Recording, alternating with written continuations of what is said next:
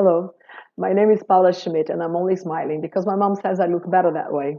I should actually be crying because my country, Brazil, has ceased to be a democracy. It is now a judiciary tyranny. And it's the worst type of tyranny because it only hunts down the dissidents of the establishment. The friendlies are allowed everything. Now, I want to tell you something that it will be hard to believe if you've been misinformed by the Consensus Inc. I call Consensus Inc. the informal but well-oiled cartel of single thought and dogma formed by mega corporations, old media, hedge funds, academia, and big tech. Lula, supposedly left-wing, is actually the biggest middleman for the largest banks and monopolistic corporations in Brazil and abroad. One should have suspected it already. You don't get the support of Time magazine and CFR if you're anti-establishment. But here is an example that I use to save you time. It's a list of campaign donors based on official data from the Electoral Court in Brazil. It shows that the biggest bankers in Brazil chose to support Lula, the left-wing candidate, not Bolsonaro. Many people don't know, but when Lula decided to take what we owed to the International Monetary Fund and transfer that debt to the national banks, our interest rates on our debt increased many times. That's right. We are no longer beholden to the IMF, but we are beholden manyfold to other private banks. Nice, huh? This explains why all of the bankers in this list gave their money to Lula and other left-wing candidates, not to Bolsonaro. Lula is also the guy who has said he wants to separate families if children are not vaccinated. Lula himself said he would take many injections on the forehead as long as it was free. That's what they say. They pretend it's free when it's actually paid by all of us. And the left, to which I used to belong because I belong to a left that doesn't exist anymore, this left has become the middleman, the money transferer of thousands, millions of taxpayer money to a very tiny cabal of friends. That's what they do. They work like a type of a Western Union, taking money from millions, sending to just the little group of chaps. So,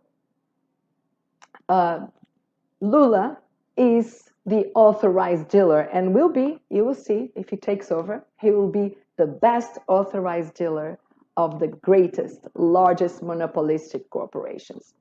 Big tech is also with Lula. Most famous actors, singers, and celebrities were also with Lula and graciously announced their vote for this anti-establishment man. This is what I call the pyramid of consensus. People on the top defend for money while they will convince people on the bottom to defend for free. Here is how the support on the top has been purchased. This investigative news article shows that Global TV, one of the largest media networks in the world and an effective tool of mass formation, was paid 10.2 billion reais in 17 years.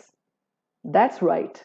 The mega salaries of famous actors and journalists now supporting Lula were paid with my money and the money of all Brazilian taxpayers.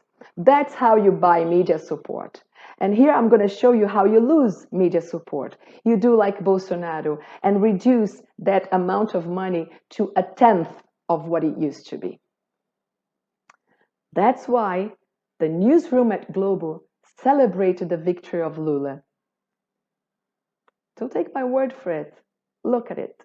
Now think with me. The biggest, most effective mouthpiece of establishment hugged and cried with happiness when Lula got elected. It's moving. But here is something even more sinister, which is the unprecedented judicial and unjust support Lula has gotten from the Supreme Court.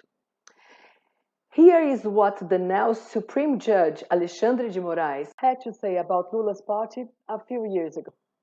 Listen to his own words. Governo corrupto, que foi colocado para fora do Brasil pela corrupção, pela falta de vergonha na cara de quem roubava bilhões e bilhões.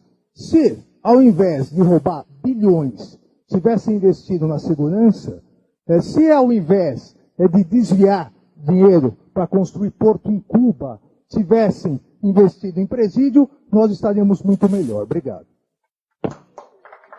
This man, along with other judges, made it illegal to quote things like this, or even to quote Lula during the election. I kid you not.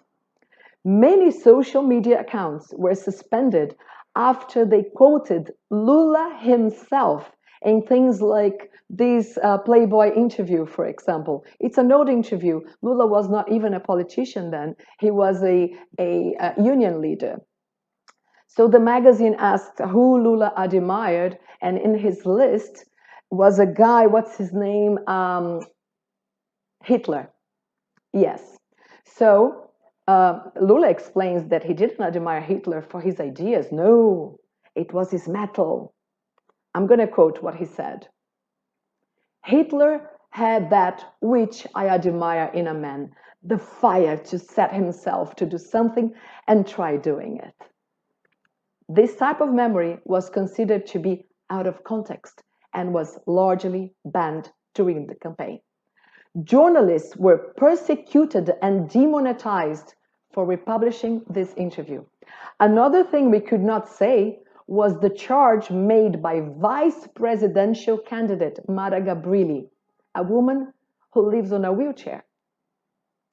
She claims that Lula paid 12 million reais to have his name not associated with the assassination of Celso Daniel, a leader in the Workers' Party, who was tortured and killed after he threatened to reveal a corruption scheme.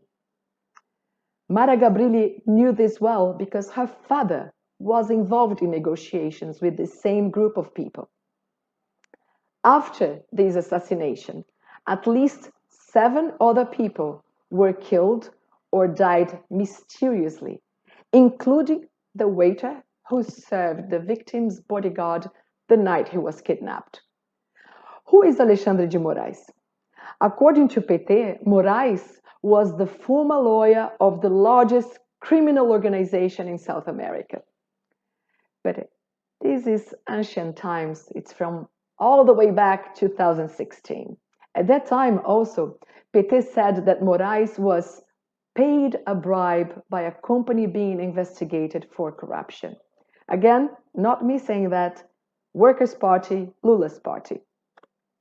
Today, the same judge is sending to jail people who criticize Lula. How did these guys become so buddy-buddy?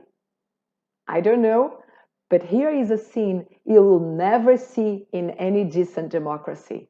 It shows Lula greeting the Supreme Court judge with little slaps on the face. I don't know about you, but I've only seen such a thing in movies, and they had Al Pacino in it.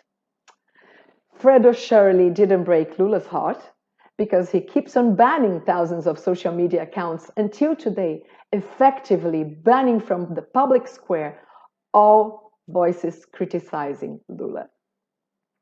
And here is another Ray Liotta moment for you. Lula greets another judge with face slaps. Do you know who this man is? He is the guy appointed to oversee the elections just 1 month before the first round.